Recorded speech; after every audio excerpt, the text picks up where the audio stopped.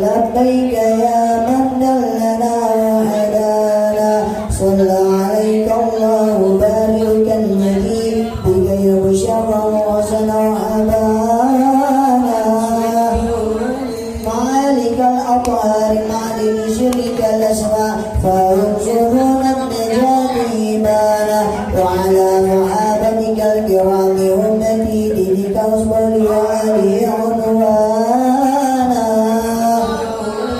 والتابعين لهم بسلك ما على هذه المودة أن يجل شجانا والله ما ذكر حبيب لدى المحب إلا وجهه ولأن سوانا أين المحبون الذين عليهم بذل النفوس مع النفائس هانا لا يسمعون بذكر طه المصطفى إلا بأن تعشوا أدبرانا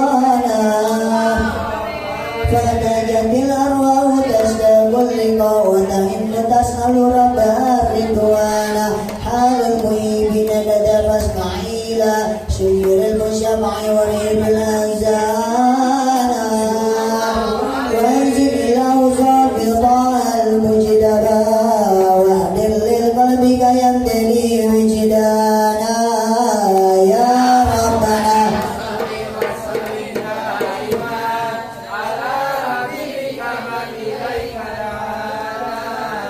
اللهم صل وسلم وبارك عليه وعلى آله اللهم صل وسلم وبارك عليه وعلى آله نبأنا الله فقال جاءكم نورا فسبحان الذي أنبانا والنور طه عبده من به في ذكره عاتم به منانا هو رحمة المولى تأمل قوله فليفرحوا به فرحانا مستمسكا بالعروة الوثقى ومتسما بحبل الله من أنشانا واستشعرا أورا من كلا متى كنت نبيا قال آدم كان بين التراب وبين ماء فاستفد من قبلة عزا وكن وزالا وعبر إلى أسرار رب لم يزل ينقلني بين الخيار مصالا لم تمتر من شعبتين إلا أنا في خيرها حتى بروزيانا فأنا خيار من خيار قد خرجت من نكاح إليه صانا طار الله حاب خطاره وما برد مثله إنسانا وبحبه وبذكره والنصر وتوكيد رب العرش قد أوصانا يا ربنا صل وسلم دائما على حبيبك من إليك اللهم صل وسلم وبارك عليه وعلى آله يا رب ما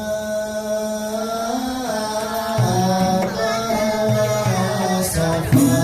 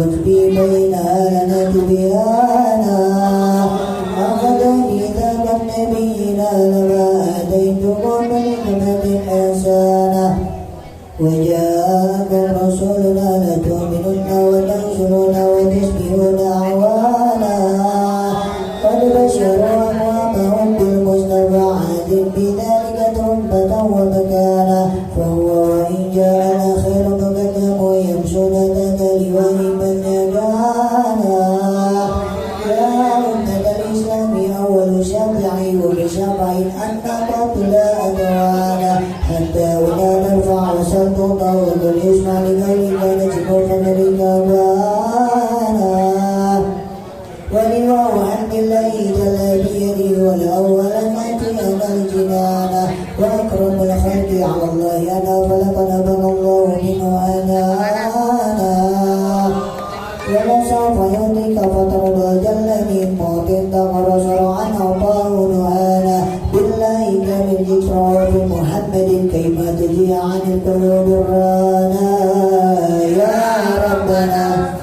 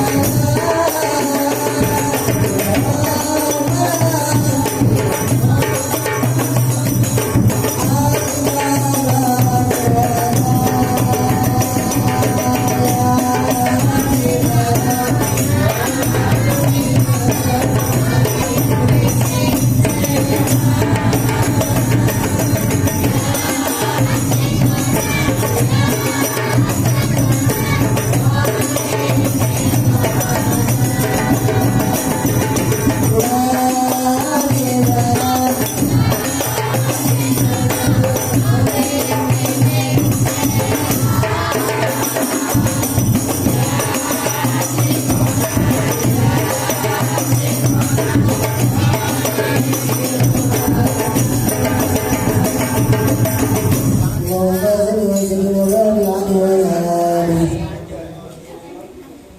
لما دنا الرسول محمد عن إذن من مشاه بركانا حملت به الأم الآمنة بنت وبنت من لا على إله وكان من والد المختار عبد الله بن عبد المطلب العبرحانا قد كان يبلغ الله وجهه وسرايا إلى ابن المسعود عيانا وهو ابن هاشم الكريم من شام بن عبد مناف بن بشر كان ولده من شانه قريب على بذلك شانا وقد وصول المصطفى حتى ترى في سلسلة رسول عدنانا فأولئك على برمعه إلى إسماعيل كان لأبي عوانا وحينما حملت به آمنة لم تشك شيئا يبدو نسوانا وبها آتته من رب السماء فصلت والهم والأحزان وآلت كما قد جاء علمت به أن المهيمن شرف الأكوان قلت النبي بنيها فاستبشرت ولنا المخالف عدنات رضوانا سبحان الله والحمد لله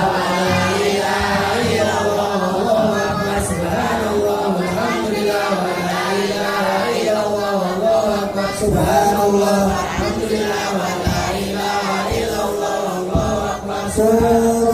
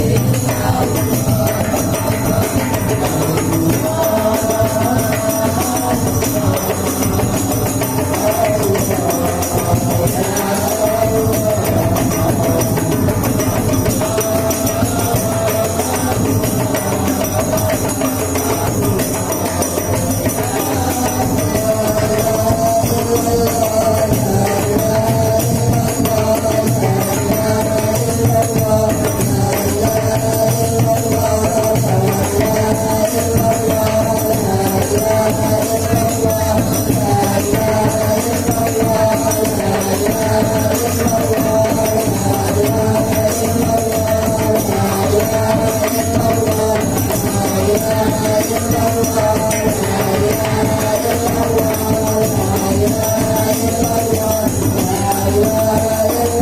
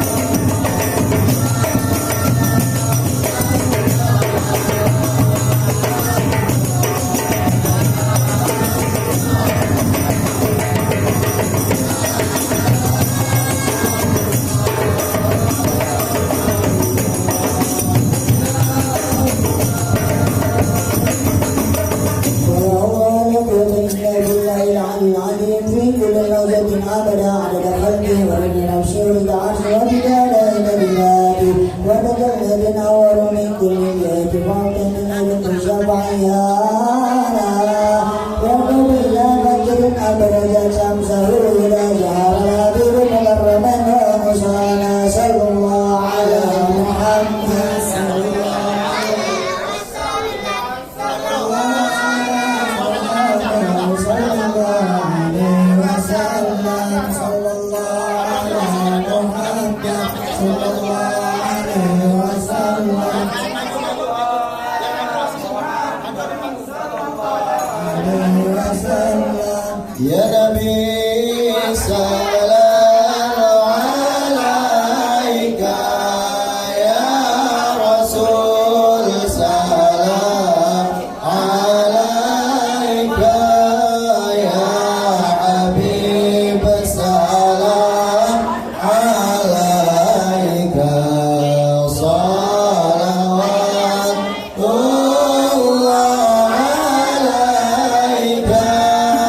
ya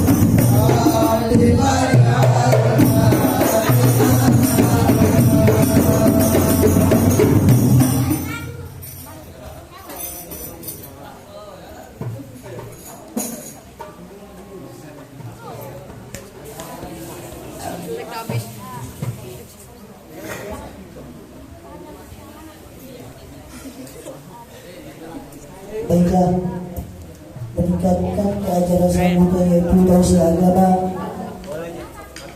yang akan disampaikan oleh Al-Ustaz Muhammad Jansen.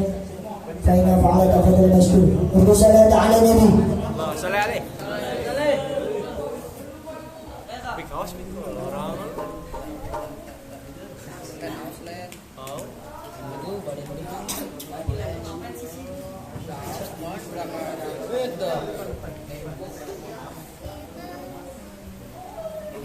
Ya Rabbi bil Mustafa baligh maqam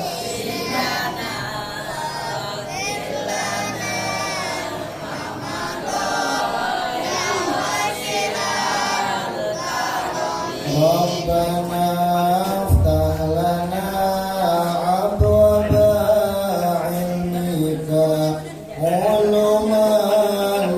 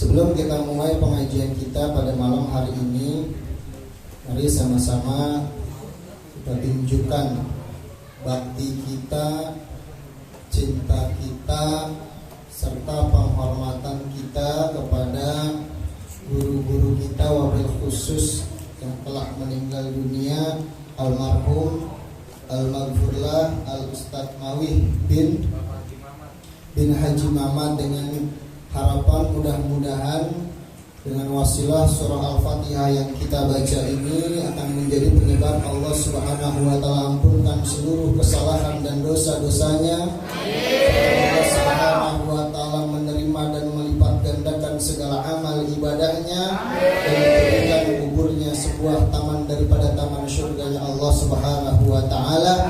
Alhamdulillah wa ala kulli niyatin shalihah wa ila hadratin Nabi Muhammadin sallallahu alaihi wasallam ala mana wa khususan ila ruh almarhum al-maghfur Ustaz Nawazim Haji Muhammad biniyati Allahumma gfir lahum warhamhum wa'afihim wa'fu anhum wa akrim nuzulahum wa wasi' madkhalahum Allahumma ja'al qabrahum rawdatan min riyadil jinan wa la taj'al qabrahum kufran min qubadin niran wa ila jami'il muslimina wal muslimat wal mu'minina wal mu'minat al ahya'i minhum wal amwat syai'un lillahi lahumul fatihah. Bismillahirrahmanirrahim. Alhamdulillahirabbil alamin. Arrahmanirrahim. Maliki yaumiddin. Iyyaka na'budu wa iyyaka nasta'in. Ihdinas siratal mustaqim. Siratal ladzina an'amta 'alaihim ghairil maghdubi 'alaihim waladdallin. Rabbighfir lana wa liwalidayya. Amin. Bismillahirrahmanirrahim. Alhamdulillahirabbil alamin. Wa bihi nasta'inu ala umuri dunya waddin. Assalatu wassalamu ala asyrafil anbiya'i wal mursalin sayyidina wa maulana Muhammadin imamil muttaqin wa afdalin nabiyyin wa ala alihi wa sahbihi ajma'in wa man tabi'ahum bi ihsanin ila yaumiddin, amma ba'du. Pertama-tama marilah kita panjatkan puji serta rasa syukur kita kehadirat Allah Subhanahu wa taala, yang mana Allah Subhanahu wa taala telah memberikan kepada kita semua makhluknya, wabil khusus kepada kita yang hadir pada malam hari ini, begitu banyak nikmat-nikmat yang sudah Allah Subhanahu wa taala berikan kepada kita, sehingga saking banyaknya nikmat yang sudah tercurah dari Allah, tidak ada satupun yang mampu untuk menghitung seluruh nikmat-nikmat tersebut. Di antaranya Allah Subhanahu wa taala masih memberikan kepada kita semua yang hadir pada malam hari ini, yakni nikmat iman, nikmat Islam, serta nikmat sehat wal afiat. Wabil khusus dengan seluruh nikmat-nikmat tersebut, syukur alhamdulillah di tempat yang mulia ini, di malam yang mulia ini, kita bisa bersama-sama hadir, kita bisa bersama-sama berkumpul, duduk dan bersimpuh, yang tentunya masih dalam rangka menjalankan kewajiban kita sebagai seorang muslim dan muslimah, yakni menuntut ilmu.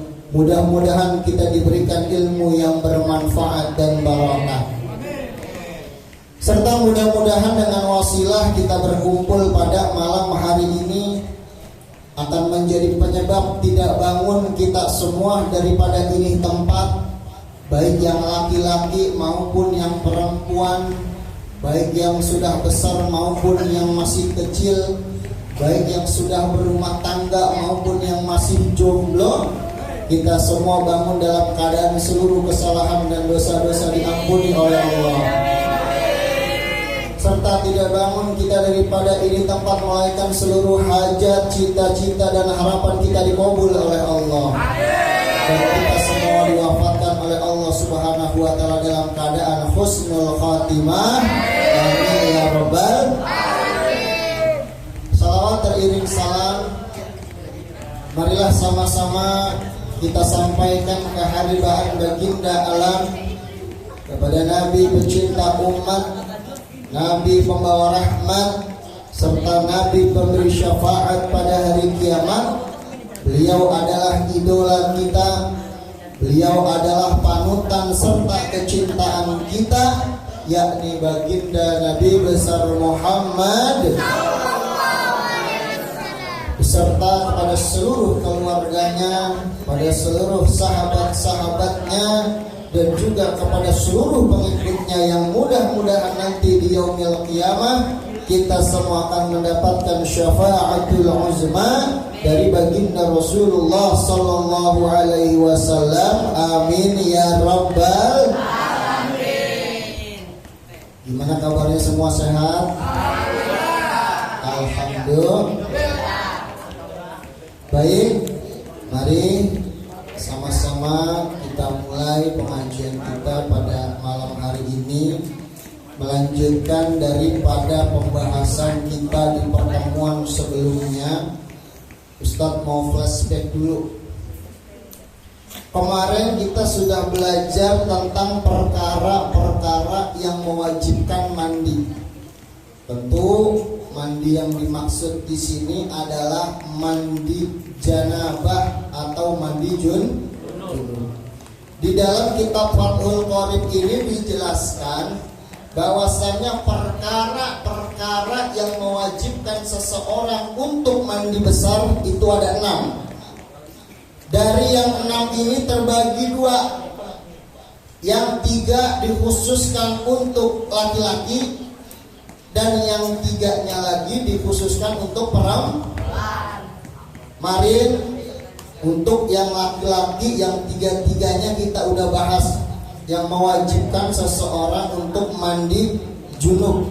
Yang pertama itu adalah bertemunya 2 khitan, yakni antara kemaluan laki-laki dan kemaluan perempuan. Dengan catatan syarat seseorang itu diwajibkan mandi bila mana daripada kepala kemaluan si laki-laki sudah tenggelam di dalam kemaluan perempuan, maka pada saat itu orang tersebut wajib untuk mandi, baik masuk lewat jalur depan ataupun lewat jalur belakang. Paham? Nah, yang kedua itu adalah yang menyebabkan seseorang diwajibkan untuk mandi besar adalah keluarnya mandi, baik melalui hubungan badan suami istri ataupun tidak melalui hubungan badan suami istri. Dalam arti di sini keluar mandinya menggunakan tangan istrinya, atau mungkin dengan sebab dia bermimpi, maka ketika keluar mandi dia wajib untuk mandi. Kemarin bagaimana niat mandinya? Ayo baca bareng-bareng. Bismillahirrahmanirrahim. Bismillahirrahmanirrahim. Nawaitul ghusla li raf'il hadasil akbari minal junubi fardalillahi ta'ala. Artinya aku niat mandi junub wajib karena Allah Ta'ala. Atau bisa juga aku niat mandi untuk mengangkat ataupun menghilangkan daripada hadas besar, wajib karena Allah Subhanahu wa ta'ala. Jadi yang namanya mandi wajib itu mendapatkan pahala dari Allah Subhanahu wa ta'ala. Nah, lalu yang ketiga yang dikhususkan buat laki-laki itu adalah orang yang mati. Jadi kalau orang mati sebenarnya itu dia bukan wajib mandi, akan tetapi wajib dimandi. Karena yang namanya orang mati udah nggak bisa ngapa-ngapa, kecuali ada pengecualian nih. Nggak semuanya orang mati itu harus dimandiin. Kalau misalkan orang matinya dalam keadaan serangan jantung, atau misalkan kena penyakit diabetes, kena penyakit stroke, atau misalkan matinya kepleset di kamar mandi, Itu orang-orang yang wajib untuk dimandi. Akan tetapi ada pengecualian. Siapa orang yang ketika mandinya tidak boleh dimandikan? Mereka adalah orang-orang yang mati syahid di jalan Allah Subhanahu wa Ta'ala. Jadi di zaman Rasulullah itu para sahabat yang berperang melawan orang-orang kafir, melawan orang-orang fasik dan munafik, itu kalau berperang di medan perang, kalau ada yang terbunuh atau yang tangannya terpotong, kepalanya terpisah dari badannya, itu nggak perlu dimandiin, bahkan nggak boleh dimandiin. Kenapa? Karena setiap darah yang keluar dan setiap keringat yang bercucuran itu akan menjadi saksi di hadapan Allah Subhanahu wa Ta'ala. Kalau orang mati syahid mah gampang, langsung aja tuh berapa mayat, misalkan ada 10 mayat, kumpulin langsung, gali lubang yang gede, masukin ke situ semua. Tujuannya apa? Biar semuanya itu yang melekat di tubuhnya akan menjadi saksi di hadapan Allah Subhanahu wa Ta'ala. Kalau orang mati syahid mah nggak perlu kita bersihin, nggak perlu kita mandiin, nggak perlu kita kafani, tapi tetap harus kita kuburin dan kita sholat. Ya nggak perlu cuma dimandiin sama di kafan, tetap disolatin mah disolatin, dikuburin tetap dikuburin, seperti itu. Paham? Lanjut, wasalah satu tuhtasu bihan nisa. Yang 3 ini dikhususkan buat perempuan. Ini kayaknya pengajian malam ini sebenarnya mah khusus pembahasan buat perempuan kayaknya. Karena kalau yang laki nggak begitu penting. Tapi tetap, walaupun nggak begitu penting buat kalian, suatu saat nanti yang laki-laki nih dengerin, pasti bakalan berumah tangga, pasti bakalan punya istri dan anak. Kalian itu wajib paham, wajib tahu, dan wajib mengerti, serta wajib buat ngajarin istrinya kalau pada nggak paham. Yang cewek, karena malam ini materinya khusus buat perempuan, agak maju sampai baris ini, maju, biar semua paham, biar semua tahu, biar semua kedengeran. Khusus yang cewek dapat perhatian lebih dari Ustaz malam hari ini, spesial. Kayaknya Ustaz madepnya perlu madep ke sana juga ini. Ya, yang cewek jangan lengah ngajinya, jangan bercanda, perhatiin ke sini. Perempuan itu wajib mandi ada 3 perkara. Ya, perempuan wajib mandi ada 3 perkara. Yang pertama itu al-haidu, haid. Nah, jadi perempuan nih kalau misalkan haid atau menstruasi atau bahasa orang Pondok Baharnya mah datang bulan. Kalau misalkan datang bulannya udah habis, udah tiris bersih, maka wajib untuk mandi jun. Paham? Wa aqallul haidi. Nah, di sini dijelaskan yang namanya haid itu paling sedikitnya adalah yaumun wa lailatun, 1 hari 1 malam. Artinya apa? Yang namanya menstruasi datang bulan itu paling sebentarnya, paling sedikitnya adalah 1 kali 24. Berarti perempuan harus pintar nih ngitung. Katakanlah begini, misalkan ini yang depan siapa namanya? Hah? Muslim. Misalkan contoh ya, Lala merasa tiba-tiba ada sesuatu yang keluar. Nah, sesuatunya ini maksudnya adalah darah. Katakanlah Lala keluar darah dari jam berapa sekarang? Misalkan jam 10 malam. Itu Lala harus mencatat bahwasannya pertama kali keluar darah menstruasi itu adalah jam 10 malam. Sehingga bila mana darah itu terus-menerus keluar dari jam 10 malam sampai ketemu jam 10 malam ini lagi, Berarti hitungannya baru berapa jam Lala keluar darah menstruasi? Baru 12. Lihat aja jam angkanya ada berapa? Dari jam 12 ketemu jam 12 berarti baru 12. Antara jam 1 sampai jam 12 berarti jam 12. Lah berarti minimal keluar darahnya Lala ini dari jam 10 malam ketemu jam 10 malam lagi, ketemu jam 10 malam lagi. Paham gak kira-kira?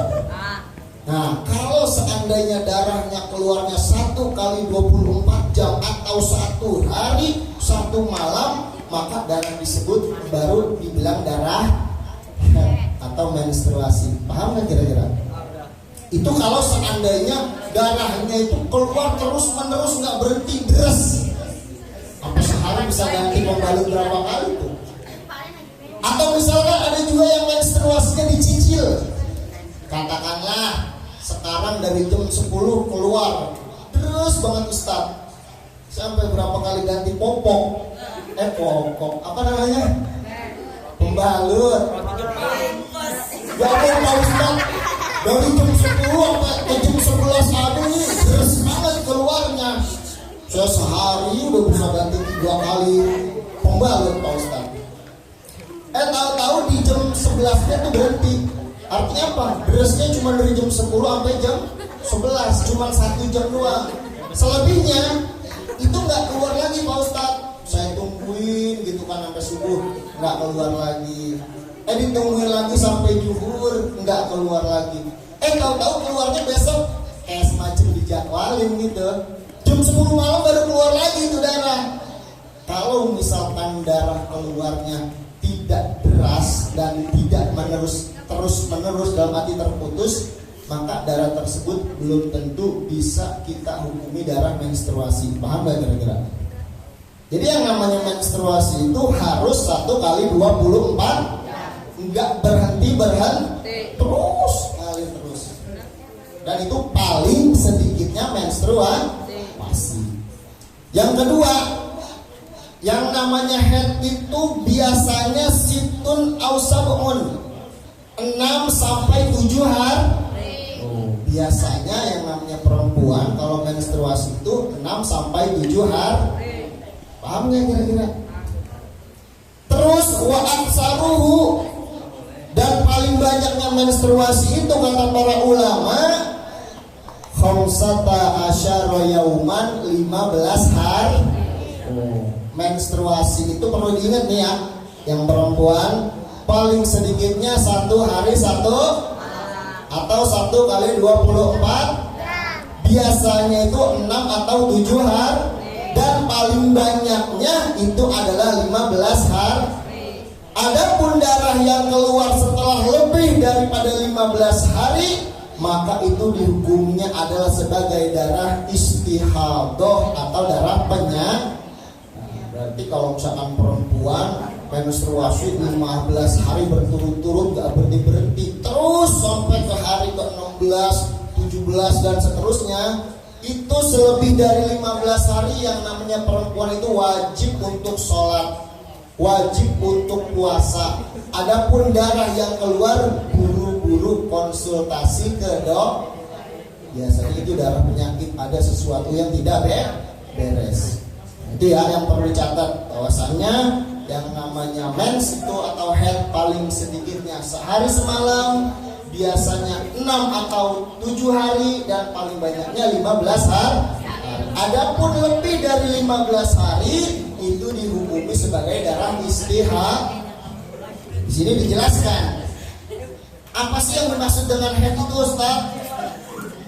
Al-haidu, yang namanya head itu adalah ad-damu al-khariju, itu adalah darah yang keluar min imra'atin, daripada perempuan, balagot, yang telah mencapai siapa perempuan tersebut, tis'a sinina, sampai kepada umur 9 tahun. Jadi yang namanya menstruasi itu syaratnya kalau si perempuannya udah berumur 9 tahun. Artinya kalau umurnya di bawah 9 tahun terus keluar darah, maka itu bukan darah menstruasi. Paham nggak kira-kira? Nih saya tanya Lala umurnya berapa? 14. Berarti kalau udah keluar darah masuknya dalam kategori haid. Sebelahnya umur berapa? Ini yang sampingnya ada nggak yang umurnya di bawah 9 tahun? Rata-rata berarti di atas 9 tahun semua ya. Nah, berarti kalau keluar darah itu bisa jadi menstruasi. Tapi kalau umurnya di bawah 9 tahun belum tentu masuk kategori menstruasi. Jelas? Paham? Lanjut. Yang kedua, wan nifasu, dan ada pun nifas. Yang kedua ya, yang mewajibkan perempuan untuk mandi, yang pertama selesai haid, yang kedua selesai nifas. Nifas itu apa Ustaz? Wa huwa adamu al-khariju. Yang namanya nifas itu adalah dia darah yang keluar akibal wiladati setelah melahirkan. Kalau menstruasi, Ustaz yakin yang perempuan udah pernah ngerasain semua, bener gak? Udah ngerasain semua kan yang namanya haid. Tapi setiap kalian belum tentu merasakan yang namanya nifas, bener gak? Karena yang namanya nifas itu cuma bisa keluar darahnya kalau setelah kalian melahirkan. Jadi darah yang keluar dari perempuan itu ada 3. Yang pertama darah menstruasi, yang kedua darah nifas, dan yang ketiga adalah darah istihadah atau darah penyakit. Poin pentingnya itu 3. Jadi dijelaskan di sini yang namanya kalau selesai daripada menstruasi, selesai daripada nifas melahirkan, maka wajib untuk mandi jun. Paham? Yang perempuan.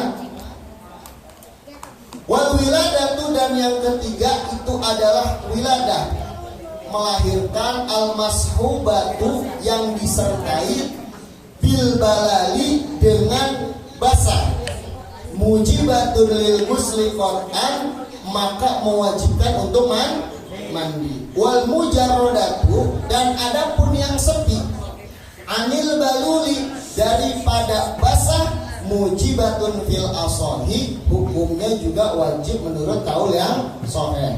Nah, untuk masalah nifas tadi udah dijelasin untuk masalah haid. Sekarang untuk masalah nifas, yang namanya nifas itu di sini dijelaskan wa aqalluhu, dan paling sedikitnya darah nifas itulah zotun, sebentar. Maksudnya sebentar ini bisa jadi ada seorang perempuan yang ketika dia melahirkan itu keluar darahnya cuma sedikit. Paham ya? Kalau kita bicara sedikit, maaf mungkin ada yang keluar darahnya cuma setetes misalkan, atau keluarnya cuma 5 menit ya. Itu paling sedikitnya orang yang nifas. Wa ghalibuhu, dan biasanya orang yang nifas itu, perempuan yang nifas, arba'una yauman, 40 hari. Ya, yang namanya darah nifas paling sedikitnya keluarnya cuma setetes, dan biasanya itu adalah 40 hari. Saya pernah nanya istri saya, ketika istri saya melahirkan anak yang pertama, ya, setelah keluar anak saya, terus istri saya itu nifas, keluar darah nifas. Saya tanya, Bun, kamu keluar darah nifasnya sampai berapa lama? Istri saya bilang itu sampai 35 hari. Berarti kan apa? Darah nifas, darah yang keluar setelah melahirkan itu biasanya antara 35 sampai 40 hari. Itu biasanya. Nah, dan paling banyaknya orang yang nifas, perempuan yang nifas itu adalah situna yauman, 60 hari. Jadi yang namanya kalau orang habis melahirkan, ibu kita atau kakak kita atau saudara kita, itu coba sekali-sekali diajak ngobrol, ditanya, kakak atau teh atau ibu itu keluar darah nifasnya berapa lama? Gitu. Sebagaimana saya nanya sama istri saya. Jadi kalian itu punya pengetahuan, ya, punya ilmu tentang yang namanya nifas. Karena setiap kalian belum tentu merasakan yang namanya nifas, tapi sudah pasti merasakan yang namanya haid. Terus bagaimana Ustaz kalau orang yang nifas itu kan lahir normal biasanya, dia wajib mandi. Terus kalau misalkan ada orang yang lahir tapi nggak normal, prematur, maksudnya apa? Lahirnya itu disesar. Otomatis kan kalau disesar itu kan anak keluarnya tidak lewat jalur bawah, akan tetapi apa? Perutnya dibelah, dibelek. Bagaimana hukumnya Ustaz? Tetap dihukumin dia wajib untuk mandi jun, walaupun tidak keluar dah. Paham nggak kira-kira? Paham ya? Nah, itu udah. Buat perempuan ingat, yang mewajibkan mandi ada berapa yang perempuan? Yang pertama apa? Yang kedua? Yang ketiga? Melahirkan. Nah, diingat-ingat ya. Intinya, nih buat semuanya. Sekarang yang laki-laki juga dengerin, yang perempuan udah. Kenapa sih kita diwajibkan oleh Allah Subhanahu wa taala untuk mandi junub atau untuk mandi besar? Jadi begini, ketika seseorang dalam keadaan berhadas kecil apalagi besar, maka orang tersebut tidak dapat usul kepada Allah Subhanahu wa ta'ala. Artinya kalau kita nih yang laki-laki maupun perempuan dalam keadaan berhadas kecil ataupun berhadas besar apalagi, itu kita tidak akan pernah bisa sampai kepada Allah Subhanahu wa ta'ala. Kalian sholat dalam keadaan berhadas, baik itu hadas kecil ataupun hadas besar. Saya mau tanya, sholatnya itu sampai kepada Allah apa enggak? Enggak sampai. Kenapa? Karena kita dalam keadaan kotor. Saya mau tanya yang laki-laki, kalian puasa bulan suci Ramadan, terus puasanya ini ya dalam keadaan kalian kotor. Maksudnya kotor di sini penyakit hati. Puasanya kalian itu niatnya riya. Puasa kalian itu niatnya pengen dibanggain sama orang. Kira-kira puasanya bakalan diterima sama Allah Subhanahu wa taala apa enggak? Makanya kata Nabi, kamin sholimin laisa lahu min syamihi ilal ju' wal atas. Berapa banyak orang yang berpuasa tapi tidak mendapatkan apa-apa dari puasanya. Kenapa? Karena puasanya itu cuma sekedar menahan haus dan lapar. Mulutnya nggak diajak puasa, matanya nggak diajak puasa, tangannya nggak diajak puasa, kakinya nggak diajak puasa. Paham nggak kira-kira? Jadi yang perempuan ya, nanti akan ada pembahasan tambahan.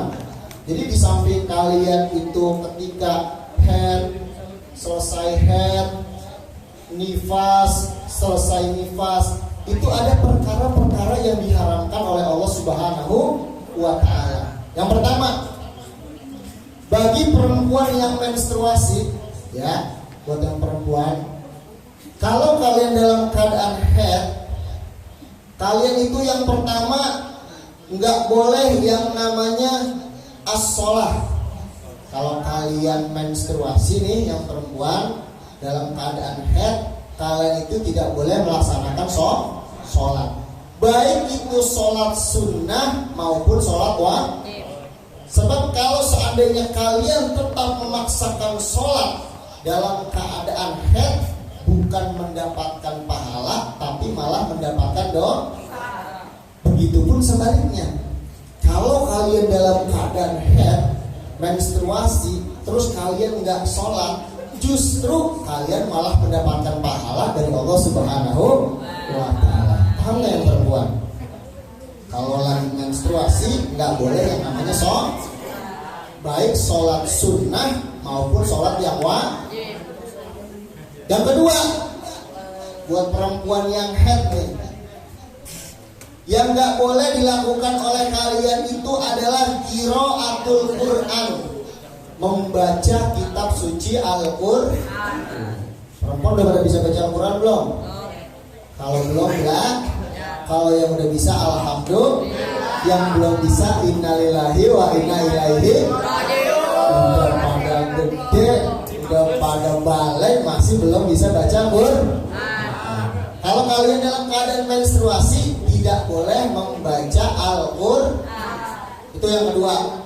Yang pertama tadi nggak boleh sholat, baik sholat wajib ataupun sholat sunnah. Yang kedua tidak boleh membaca Al-Qur'an. Wasalisu yang ketiga, buat yang lagi head nih perempuan nggak boleh ngapain lagi?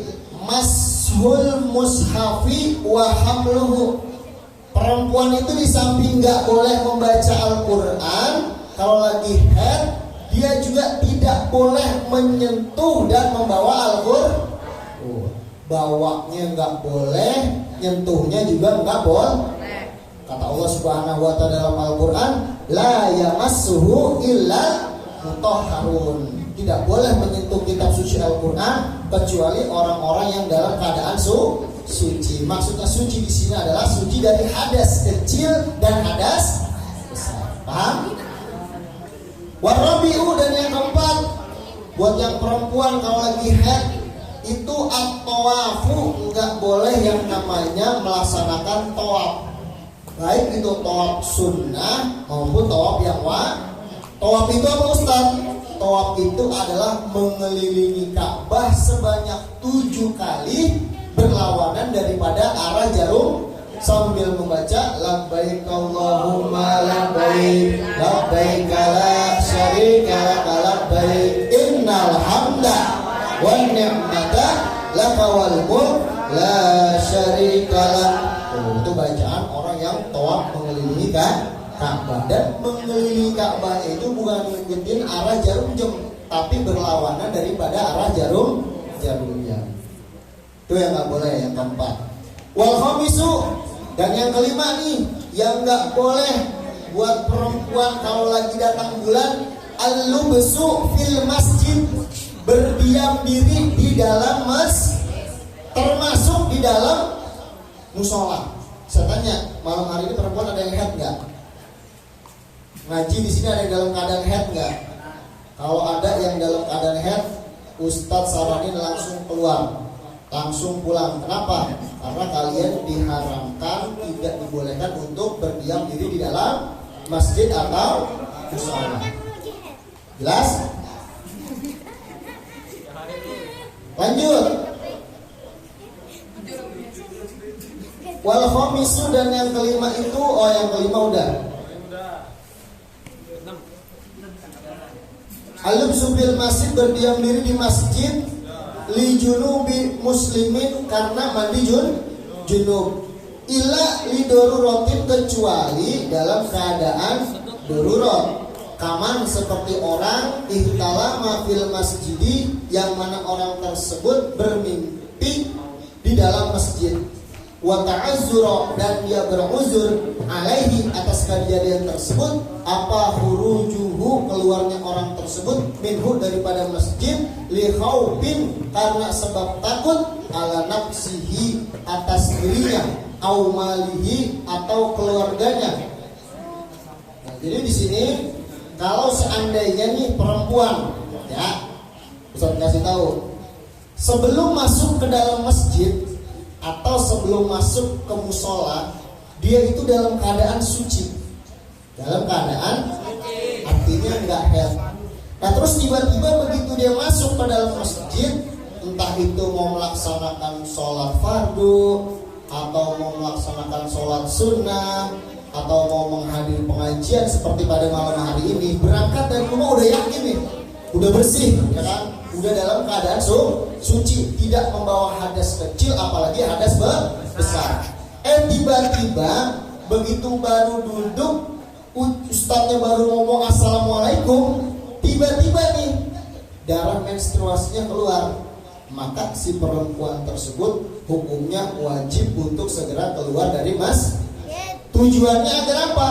Untuk menjaga kebersihan dan kesucian daripada Paham nggak? Bab darah perempuan itu yang keluar dalam arti menstruasi itu hukumnya adalah Jadi nggak boleh yang namanya orang membawa najis masuk ke dalam masjid. Orang yang membawa najis masuk ke dalam tempat ibadah. Yang namanya tempat ibadah itu harus bersih dan suci. Paham nggak kira-kira? Nah, makanya Ustaz saranin nih buat anak-anak Irmawa, baik yang cowok maupun yang perempuan, sebelum kalian masuk ke ini tempat, ke musola atau ke masjid, usahakan senantiasa dalam keadaan berwudu. Kira-kira masuk ke sini tadi pada punya wudu nggak? Pada punya wudu nggak? Kalau punya wudu, alhamdulillah. Kalau bisa yang namanya wudu itu dipertahanin. Artinya apa? Jangan sampai wudu itu sekalipun wudunya batal, wudu lagi. Sebab kenapa? Karena innallaha yuhibbut tawwabina wa yuhibbul mutatahhirin. Allah itu senang kepada orang-orang yang bertaubat atas segala dosa, dan Allah itu senang kepada orang-orang yang mensucikan diri. Nah, makanya ketika peristiwa Isra dan Mi'raj itu Sayyidina Bilal bin Rabah. Kenal nggak Sayyidina Bilal bin Rabah? Siapa Bilal bin Rabah? Tukang azannya Rasulullah Sallallahu Alaihi Wasallam. Ketika peristiwa Isra dan Mi'raj itu terompahnya Sayyidina Bilal udah terdengar di dalam surga, sehingga begitu pulang Rasulullah Sallallahu Alaihi Wasallam dari peristiwa Isra dan Mi'raj, Rasulullah bertanya kepada Sayyidina Bilal, wahai Sayyidina Bilal, ketika aku di Isra dan di-Mi'rajkan oleh Allah Subhanahu wa taala, aku sudah mendengar bunyi terompahmu dalam surga. Wahai Bilal, amalan apakah yang menyebabkan engkau bisa masuk ke dalam surga? Begitu ditanya sama Rasulullah SAW seperti itu, jawab Bilal apa? Ya Rasulullah, aku tidak melakukan amalan-amalan yang hebat, aku tidak melakukan amalan-amalan yang besar, melainkan aku senantiasa mendawamkan wudu, mengistiqomahkan wudu, dan setelah itu aku sholat sunnah wudu 2 rakaat. Jadi Sayyidina Bilal itu masuk surga bukan karena ibadah yang besar. Sayyidina Bilal masuk ke dalam surga cuma karena apa? Sering menjaga wudu. Dan setelah selesai wudu, nggak selesai wudu doang, beliau sholat sunnah 2 rakaat. Nah, sholat tersebutlah yang dinamakan oleh para ulama sebagai sholat sunnah toharoh. Sholat sunnah.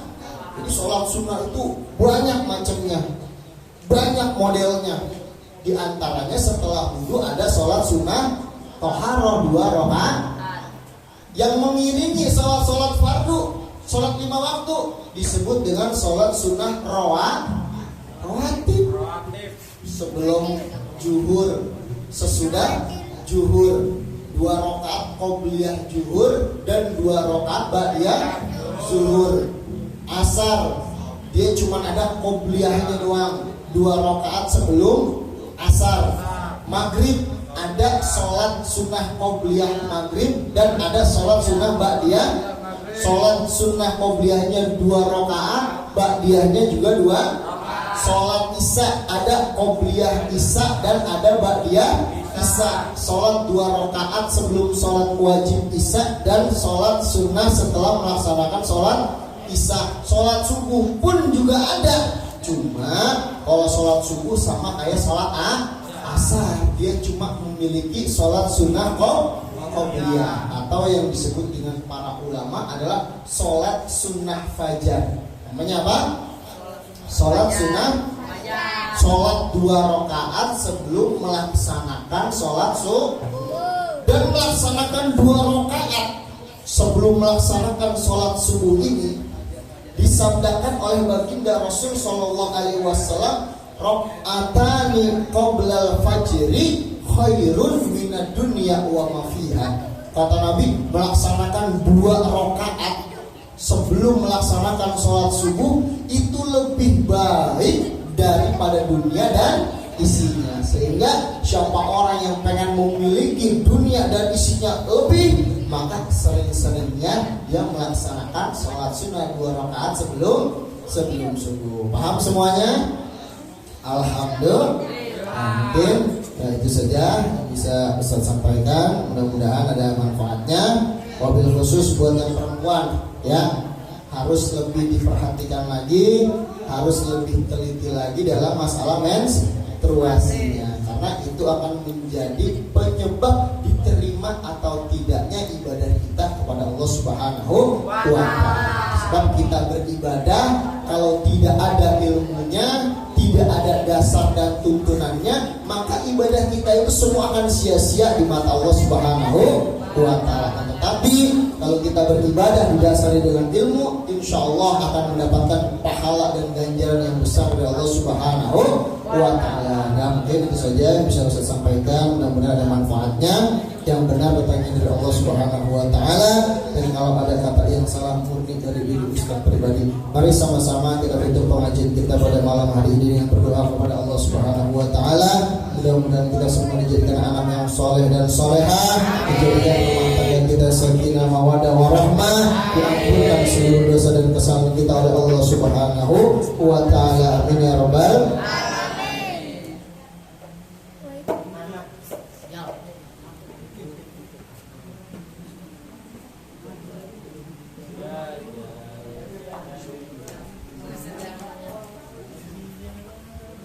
Astaghfirullahaladzim, astaghfirullahaladzim, lakal hamdu ya karim la ilaha illallah, shalli wa sallim ala sayyidina Muhammadin fil awwalin wal akhirin wa barik wa sallim radhiyallahu tabaraka wa ta'ala an kulli sayyidina sahbi sayyidina rasulillah ajma'in. A'udzu billahi samil alim minasy syaithanir rajim. Bismillahirrahmanirrahim. Alhamdulillahi rabbil alamin, hamdan syakirin hamdan na'imin, hamdan yuwafi ni'amahu wa yukafi mazidah. الشكر ولك الملك كما ينبغي لجلال وجهك الكريم وعظيم سلطانك. اللهم صل على سيدنا محمد وعلى ال سيدنا محمد صلاة تنجينا بها من جميع الاهوال والافات، وتغفرنا بها جميع الحاجات، وتغفرنا بها من جميع السيئات، وترفعنا بها يا الله عندك اعلى الدرجات، وتبلغنا بها اقصى الغايات من جميع الخيرات في الحياة وبعد الممات، ويقضي الحاجات ويقضي المحمات، إنك على كل شيء قدير برحمتك يا أرحم الراحمين.